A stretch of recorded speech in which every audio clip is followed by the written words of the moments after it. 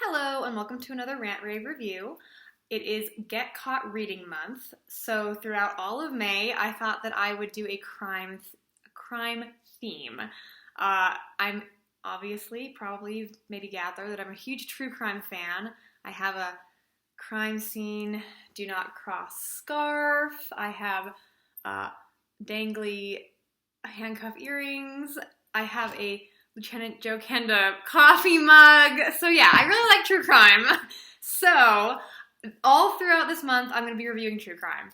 I know I've reviewed a couple of true crimes already, but there's a lot more that need to be shown some love. So I will be raving about one of them's true crime, one of them's more forensics, but they are. I actually own them this time, not audiobooks. The Father of Forensics, the groundbreaking cases of Sir Bernard Spilsbury and the beginnings of modern CSI, and The Poisoner's Handbook, Murder and the Birth of Forensic Medicine in Jazz Age New York. So these ones are paired, as I said, because they're more forensic-y than crime-ish. Okay, so this one first. This is the first true crime book I ever read, actually. It was on a display about crime at my library, my local library, and I don't know why I picked it up, but I did, and I'm really glad that I did because I really, really liked it. Long story short, Bernard Spilsbury was the turn of the 1900s, one of the very early CSI people in Britain. There actually were earlier CSI people in France and Germany, but he was the first guy in Britain.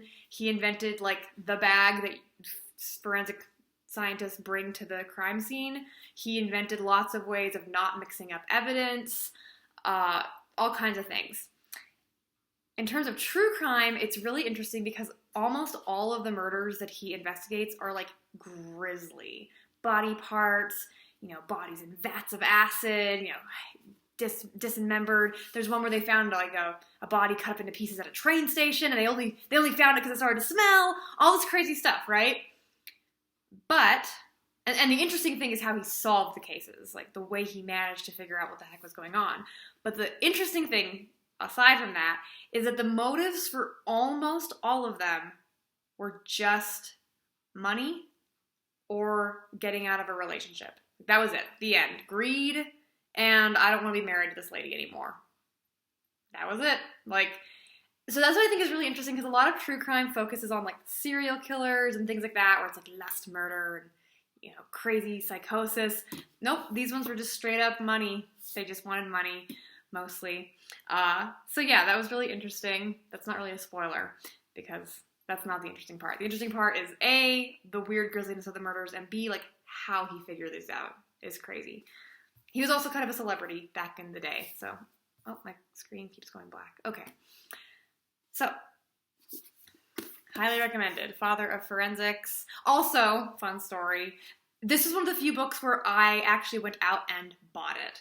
I checked it out from the library originally, and I liked it, and I was like, oh man, I hope I can find it at my used bookstore, and, instantly, there it was, so... Shout out to Bookman's in Arizona. They're a really good used bookstore, and if you live in Arizona, I highly recommend them. Okay, second book, The Poisoner's Handbook, which you've probably heard of. They made a documentary about it, and I actually saw the documentary first, and then I listened to the audiobook. And I would not technically classify this as true crime, because not all of it is. Basically, this is about, obviously, Jazz Age New York. These two scientists in I didn't even know it was called a forensic laboratory at the time. Basically, their job was to investigate weird, suspicious deaths where chemicals were involved. And most of the deaths in this book, mini spoiler, but not that much of a spoiler, were not actually crimes. A lot of them were negligence. One of them is actually really interesting.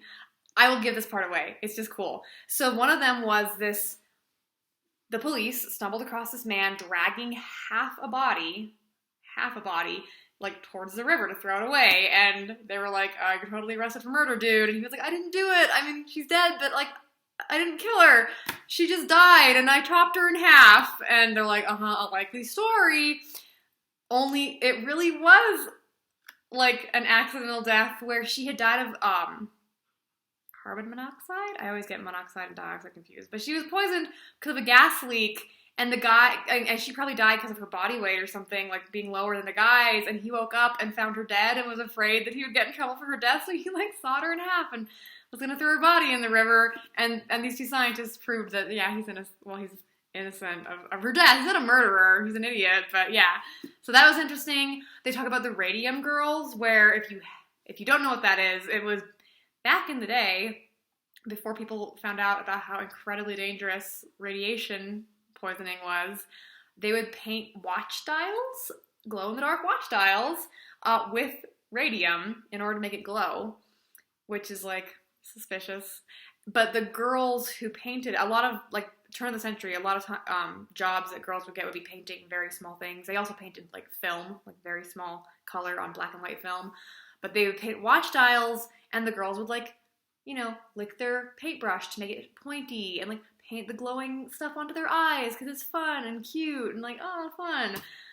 Not realizing how incredibly dangerous radium was, but more and more girls started dying hideously. And so it was basically like is the company at fault for this or not? And the way they proved it, like, oh my gosh, you just need to read it. It's a really good book. You should read it. Yeah, there's a couple murders, but most of them are actually, like, corporate negligence or just negligence. But it's really fascinating. I really like it. It's quite good. And so this is my little this is a very small rant rave. I know that last month I was not good at getting these out, but I'm going to keep these short, sweet, and to the point. So, Father of Forensic Poisoner's Handbook, yay. See you for the rest of Get Caught Reading Month. Yeah. All right. Bye-bye.